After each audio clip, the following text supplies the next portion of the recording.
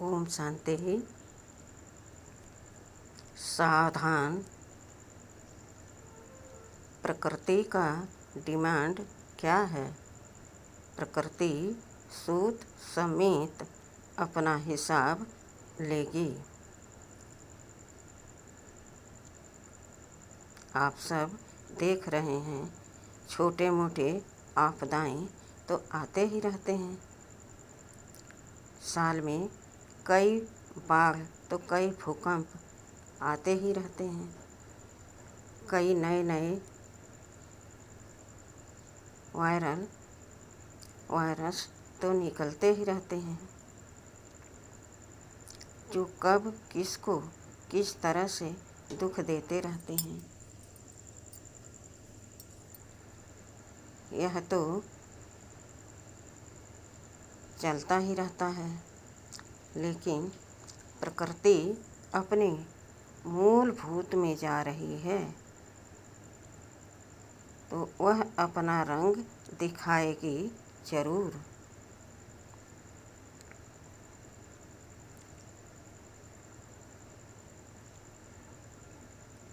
उसके लिए तो खुशी है, लेकिन सृष्टि के लिए विनाशकारी है, दुखदाई है। इसलिए अमृत वेले उठकर प्रकृति को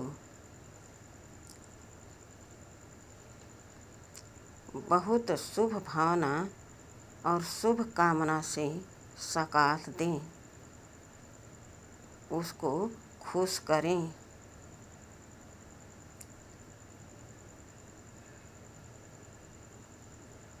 तब वो हमारी सहयोगी बनेगी।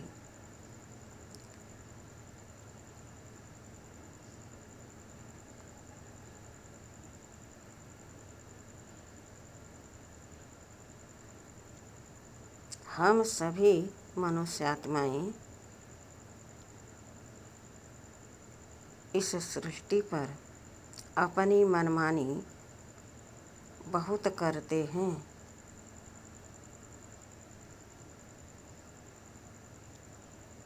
समझो कि मनुष्य आत्माएं जब आपस में टकराती हैं तो उनके पीछे कोई ज़रूर कारण होता है। वह एक दूसरे से असंतुष्ट होती हैं तो भीड़ जाती हैं। लेकिन प्रकृति तो शांति से सबको जो कुछ उसके पास है देती रहती है।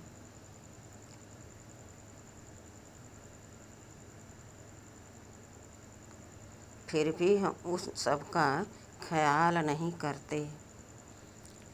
कहीं पेड़ काट के घर बना लिया, मॉल बना लिया, कहीं नदी सुखा के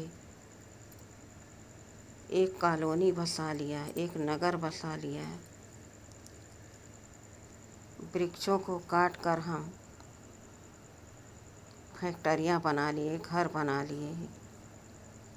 कभी उनके बारे में हमने नहीं सोचा कि इनका क्या होगा,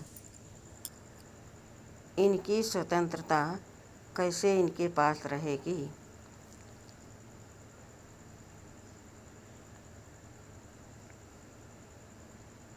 सोचेंगे भी कैसे, क्योंकि ड्रामा में नूत है।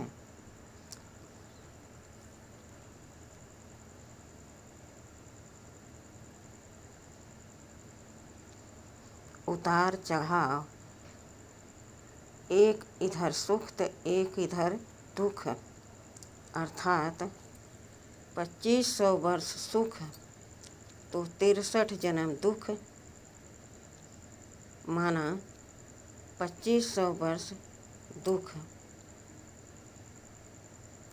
तो दोनों का खेल है, तो यह चक्र तो फिरना ही है। इसलिए हमें बीते हुए कल को न सोचकर आज के बारे में सोचना और समय क्या कह रहा है उसको परखते हुए हमें प्रकृति को शुभ भावना शुभ कामना का सकाश देना है।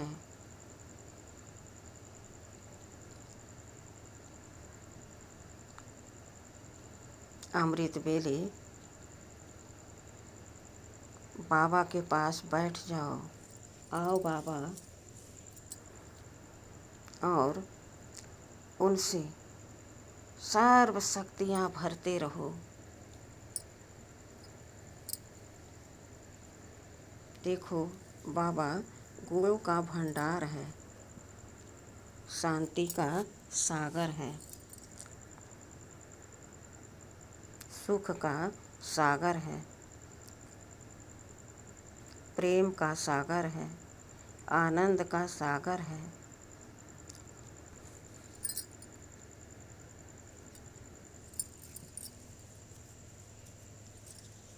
और हम बाबा के प्रेम स्वरूप बच्चे सभी को प्रेम ही देते रहें, क्योंकि हमारे पास जो बाबा का दिया हुआ धन रहता है वह सब सत्य है, कल्याणकारी है। जिस तरफ जिसको दे देंगे उसका कल्याण हो जाएगा, वह सुखी मालामाल हो जाएगा, शांत हो जाएगा। तो हमारी प्रकृति भी बहुत उथल पुथल खाती है, क्योंकि बराबर इस धरती पर पाप कर्म होते ही आ रहे हैं। और अब वह भी अपना रंग दिखा रही है।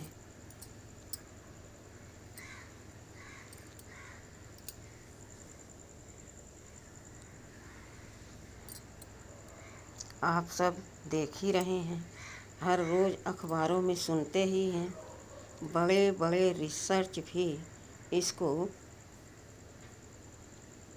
स्वीकार किया है कि अब परिवर्तन जरूर होना चाहिए और होकर ही रहेगा।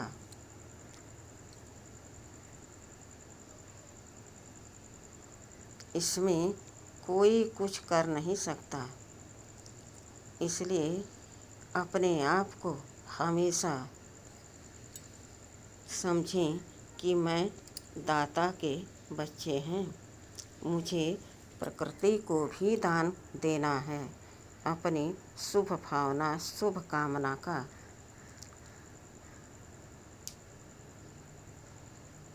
भर गई झोली मेरी बाबा से लेकर। अब मैं विश्व के एक ग्लोब पर आ गया हूँ।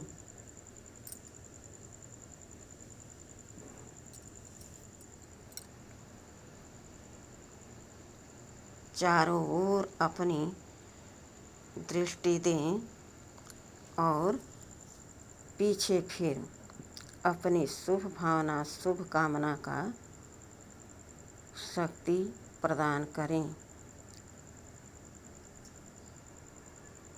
सबको शुभ सकाश दें।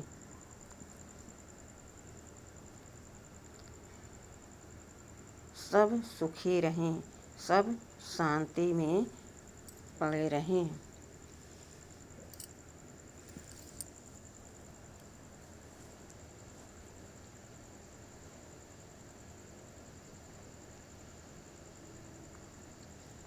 आज प्रकृति का संतुलन बिगड़ने से मनुष्य कितना बर्बाद हो चुका है।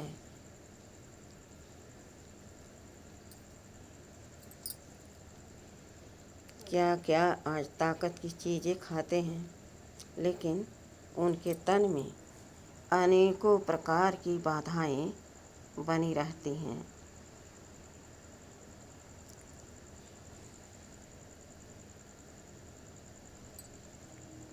फिर भी उनका मन किसी को सुख देने, किसी को शांति का दान देने में नहीं लगता।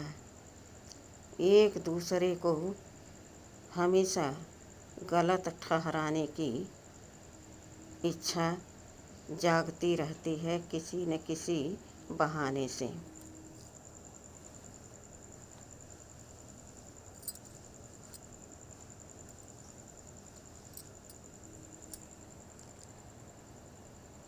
बीस साल पहले जाएं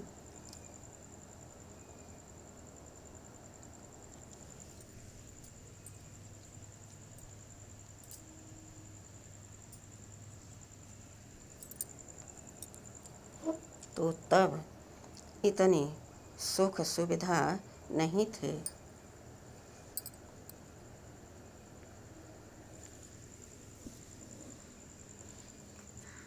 लेकिन एक दूसरे में प्रेम बहुत सच्चा था।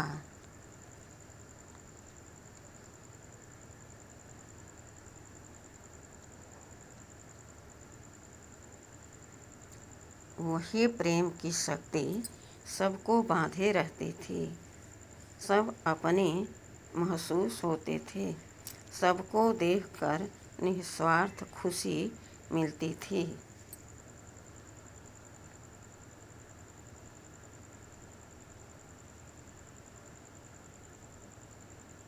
लेकिन आज कितने डॉक्टर हैं, कितने तरह के डॉक्टर हैं, फिर भी आज किसी न किसी प्रकार का दुख लगा पड़ा है, अशांति बनी हुई है। चाहे धनवान हो तो उसके तन में व्याधि है, और अगर गरीब है तो वह लाचार है, धन के लिए मजबूर है। जो रोगी हैं तरह तरह से इलाज करा रहे हैं,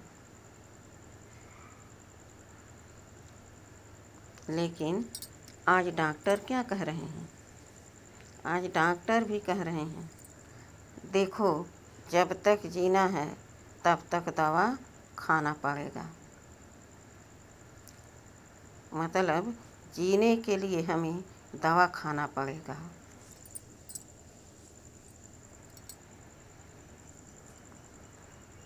उस पर जब इंसान परेशान हो जाता दवा खा खा करके, तो क्या कहते हैं डॉक्टर भी, भाई एक ही उपाय है छुटकारा पाने का कि ऑपरेशन करा लो, या तो पूरे जीवन दवा खाते रहो।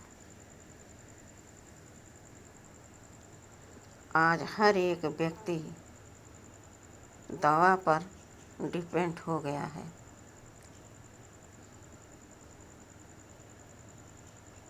अपनी शक्ति, भगवान की शक्ति कहाँ गई? भगवान सदा सर्वशक्तिमान है, उसकी कभी शक्ति कम नहीं होती, न होगी।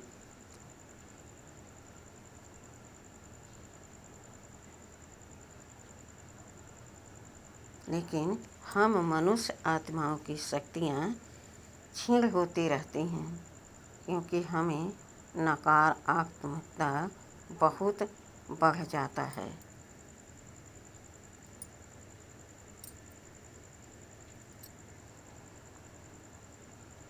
मेरी शक्तियाँ धीरे धीरे विफल होने लगती हैं, लोप होने लगती हैं, और मैं अधीर और अहंकारी बनता जाता हूँ।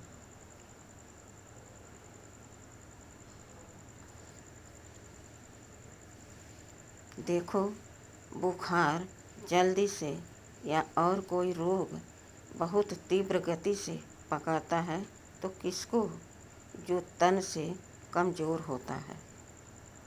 कहते हैं डॉक्टर भी कि इनके अंदर इस दर्द के सहन करने की शक्ति नहीं रह गई है, अर्थात यह शरीर अब एकदम कमज़ोर है, शक्ति बिल्कुल इसमें है ही नहीं। तो क्या करते, तरह तरह से टॉनिक लेते, आराम करते, लेकिन मन सदैव डिस्टर्ब रहता है, सदैव अशांत रहता है।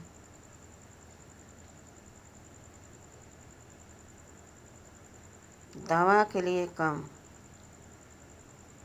खाने पहनने जीने के लिए कम, लेकिन दूसरे का कर्म, दूसरे की बोल, दूसरे की सोच देखते रहते हैं। जैसे अपना मन और बुद्धि दोनों एक दूसरे के अवगुणों को देखने में केंद्रित किए रहते हैं। हमेशा उनकी निगाहें एक की बुराई देखने के लिए ही लगी रहती है।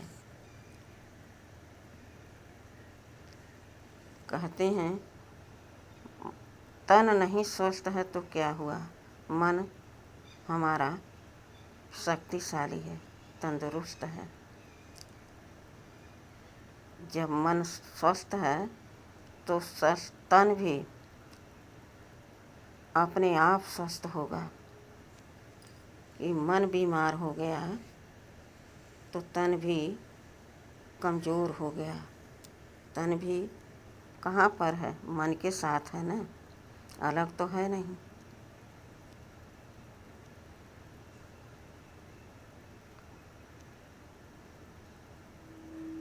आज हमें यह देखकर, सोचकर बहुत दुख महसूस होता है। मैं जब चारों तरफ देखता हूँ तो मेरा कोई अपना नहीं दिखाई देता।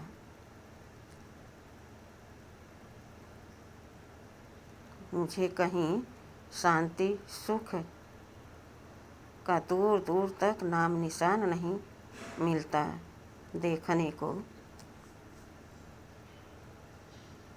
आखिर इसके पीछे कारण क्या है?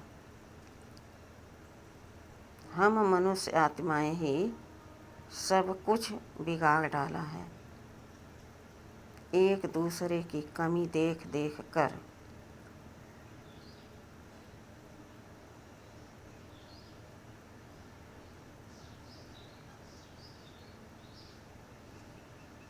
अंत समय में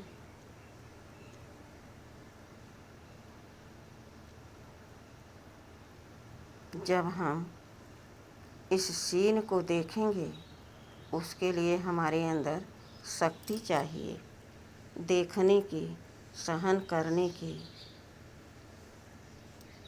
नहीं तो हार्ट अटैक आ जाएगा।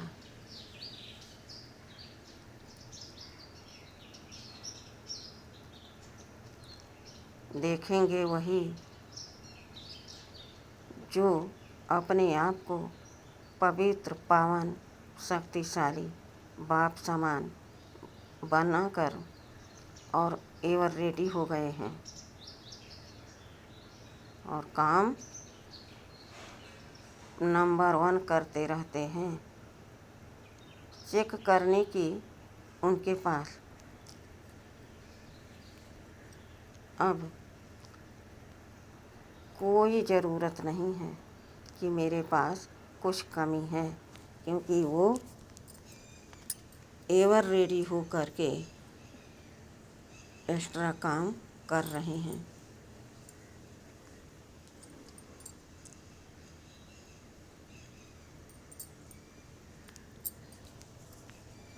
तो नंबर 1 में वही जाएंगे। सोचो, जो इतना जिम्मेवारी से, अपनेपन से काम कर रहा है, सेवा कर रहा है विश्व का, और बाप की याद में मगन है, तो वह कहाँ बैठेगा? बाप के दिल तख्त पर। और जो छुप छुप के चलते हैं, कहते हैं मैं भी ज्ञान में चलता हूँ, जब बात आती है तो कहते हैं हम भी ज्ञान में चलता हूँ और हम भी बाबा को बहुत याद करता हूँ। ज्ञान में चलने और बहुत याद करने में, और कोई एकदम हर सवाल कंप्लीट करके रख दिया हो, केवल एग्जामिनर को देखना बाकी है। उसको पता है कि मैं नंबर 1 में जाऊंगा, तो वो कहाँ बैठेगा? बाप के दिल तख्त पर।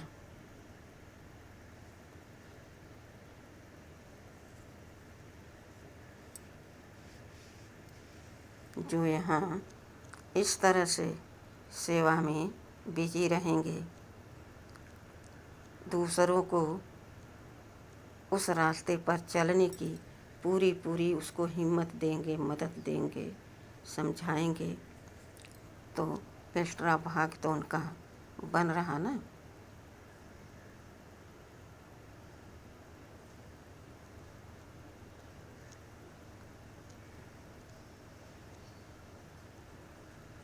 हमारे परम पिता परमात्मा शिव बाबा जब इस धरती पर आए, तब सबको एक समान ज्ञान सुनाया, समझाया। आज भी समझा रहे हैं, सुना रहे हैं। कह रहे हैं, बच्चे अपनी कमी कमजोरी चेक कर कर के निकालते जाओ। थोड़ी मेहनत कर लो, यानी थोड़ा सा अपने ऊपर अटेंशन रखो, तो समझ में आएगा कि कहाँ पर अभी कमी है।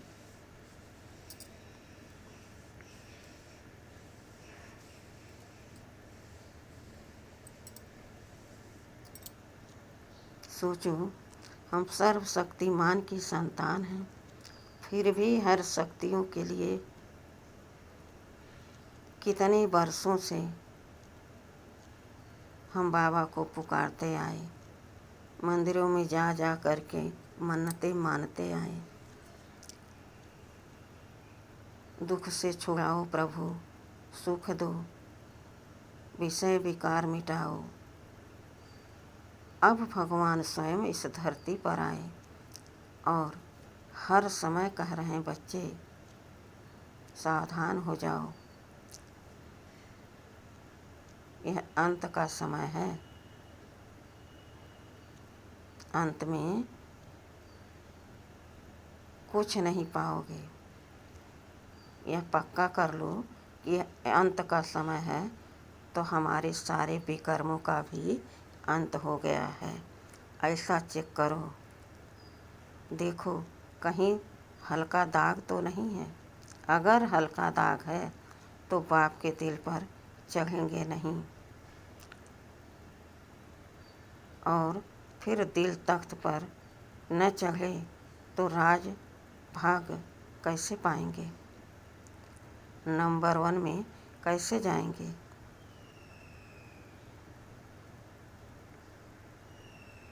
इतना मीठा प्यारा और कोई पिता होगा जो इतनी दूर से आकर बच्चों को संवार रहे हैं, निखार रहे हैं। मेरे बच्चे सुख शांति मौज में फिर से आ जाएं।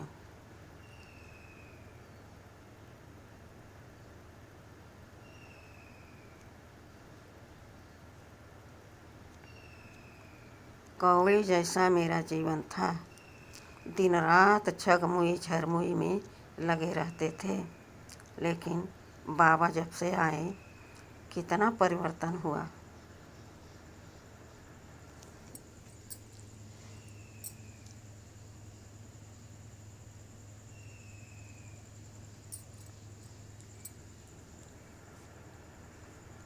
घड़ी घड़ी में बाबा को याद तो करते ही हूँ, मगर उनकी सूरत को निहारती रहती हूँ।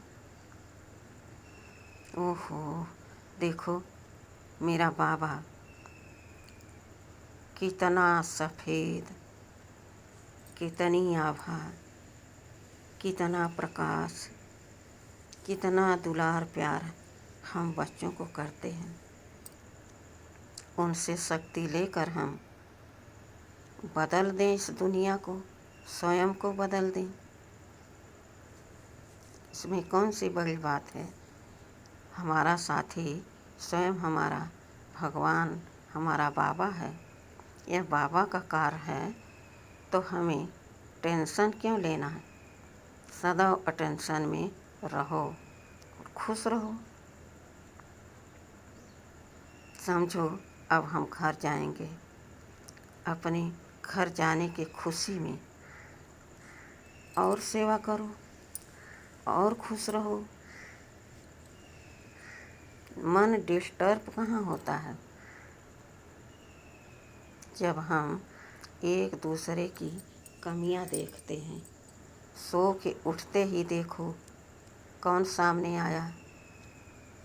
वो चमकती ज्योति स्टार, वही मेरा परम पिता है, परम शिक्षक सतगुरु है।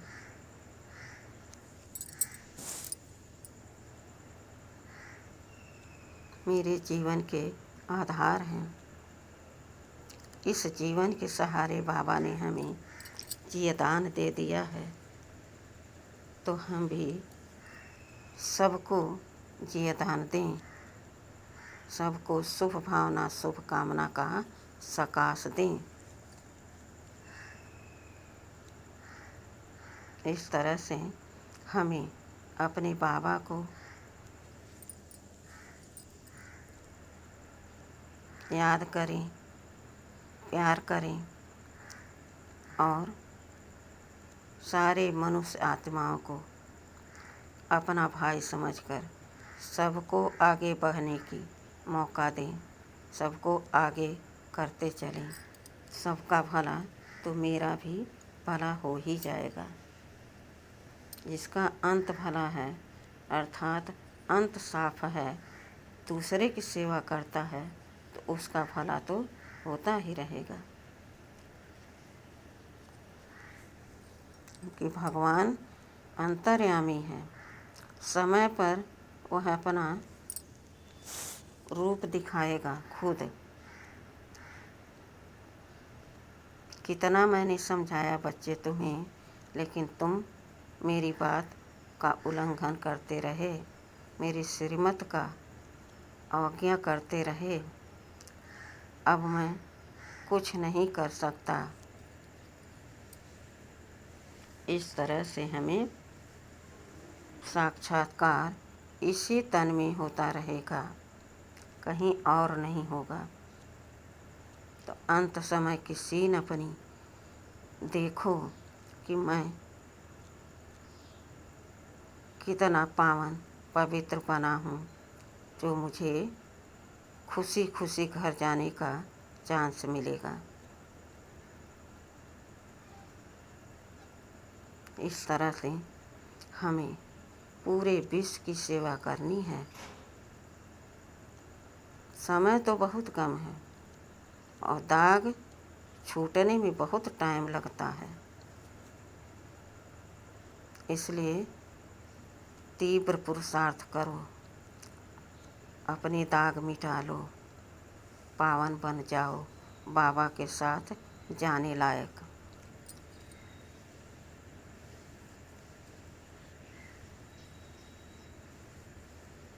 मैं पवित्र आत्मा हूँ। मैं इस हड्डी मांस के तन से डिटैच हो, इस देह से उपराम हो। इस देह का भान त्यज कर मैं आत्मा फरिश्ता रूप बना लिया है।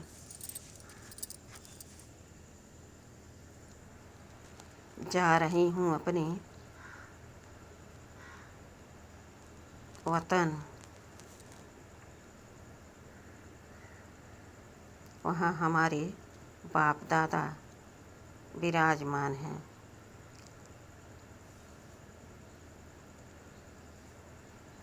मैं यहाँ आ चुकी हूँ अपने सूक्ष्म वतन में। वहाँ मैंने देखा ब्रह्मा बाबा के तन में शिव बाबा विराजमान हैं।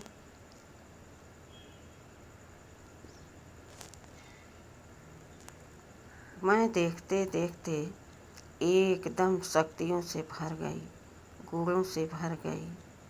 बाबा ने मुझे इतना स्नेह दिया कि मैं उनमें खो गई।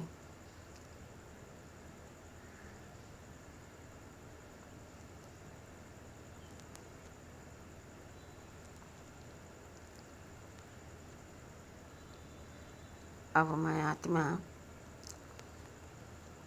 पुनः इस सृष्टि रंगमंच पर आ रही हूँ।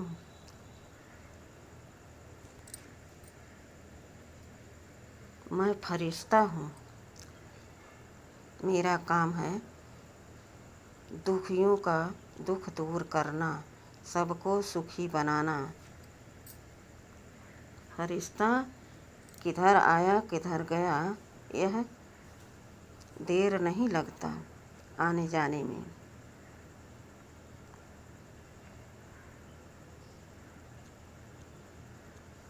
मैं विश्व के एक कोने में फरिश्ता रूप में स्थित हो गई हूँ।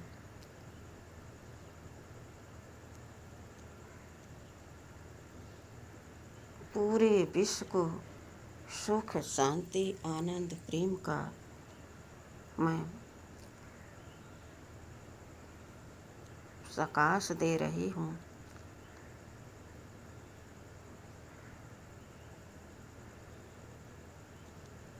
मेरे जैसा सेवाधारी कोई नहीं। मैं बाबा की नंबर 1 प्रिय संतान हूँ। बाबा ने मुझे यह जिम्मेदारी दी है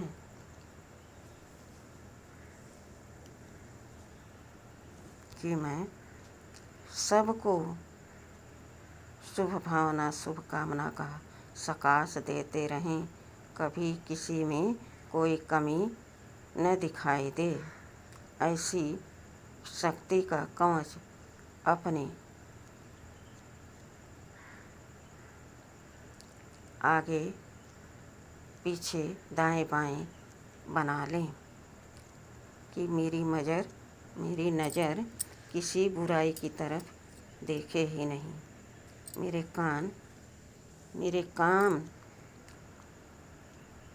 मेरे कान जो हैं, किसी के काम को अवगुण के रूप में, किसी के बोल को गंदगी के रूप में सुने ही नहीं, देखे ही नहीं। इतना मैं पावन शक्तिशाली बन गई हूँ। आ रही हूँ इस सृष्टि रंगमंच पर। देखें अपने आप को।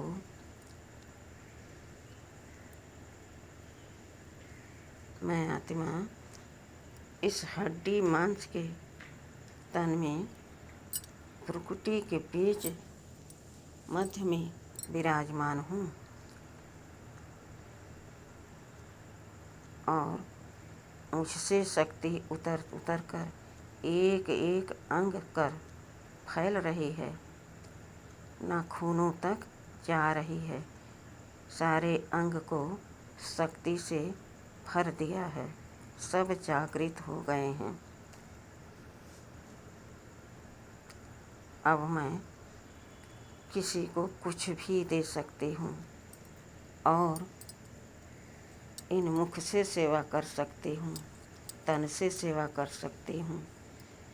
अब मैं इस शरीर को धारण करके शरीरधारी बन गई हूँ।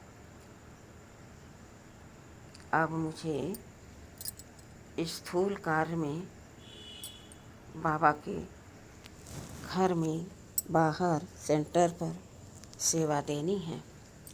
इसके लिए मैं एकदम फ्री रहूं, कभी कोई बहानेबाजी न आए।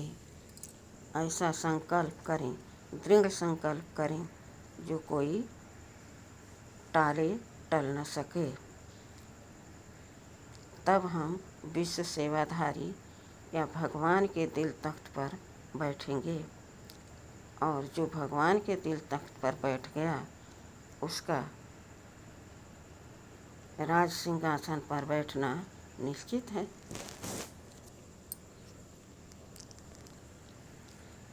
और हमें क्या चाहिए? हमारा विश्व सुख शांति से संपन्न हो जाए, हमारा बाबा फ्री हो जाए, परम धाम में विश्राम करें और हम यहाँ सुख शांति से 2500 वर्ष राज करें। 21 जन्म मेरा सुख शांति से चैन से बीते, इसके सिवा और सुख क्या होता है? ऐसे अपने आप से बातें करें, शिव बाबा से शक्ति भरें और सारे विश्व को अपनी दृष्टि दें, शुभ भावना शुभ कामना दें। बहुत बहुत शुक्रिया बाबा का जो हमें अपना बनाया, इतना हमें ज्ञान सुनाया समझाया और मैं आत्मा इतनी जल्दी समझ गई, पावन बन गई और सेवा में लग गई। इससे बड़ा सौभाग्य और क्या होगा? इस तरह से हमें भगवान के कार्य में सहयोगी बनना है और कोई कार्य इतना श्रेष्ठ, इतना अच्छा, इतना सुख देने वाला नहीं होगा। चेक करें और बाबा को धन्यवाद करें, शुक्रिया करें, प्रकृति का भी शुक्रिया करें। आपने हमें बहुत सुख दिया है, बहुत शांतिमय जीवन इस धरती पर जीती आई हूँ। आपका बहुत बहुत शुक्रिया धरती माँ, बहुत बहुत शुक्रिया। इस तरह से अपने आप को ईश्वरीय ज्ञान में समर्पण कर दें, अपना जीवन अर्पण कर दें। यही मरजीवा जीवन है। जीते जी मरना इसी को कहते हैं। वह तो रोज़ मरते हैं, रोज़ जीते हैं, लेकिन हम बाबा के बने इस संसार से विरक्त हो गए। बैराग आ गया, हमें ज्ञान मिला, समझ आई, बैराग आया। बस मैं बाबा की और बाबा मेरा, इसी नशे और खुशी में अपना समय देते चलो। बाबा के प्यार का अनुभव सबको सुनाते चलो। सबका कल्याण हो, हमारा भी कल्याण हो। इस तरह से अपने मन को, बुद्धि को पवित्र करते जाएं। अच्छा, ओम शांति।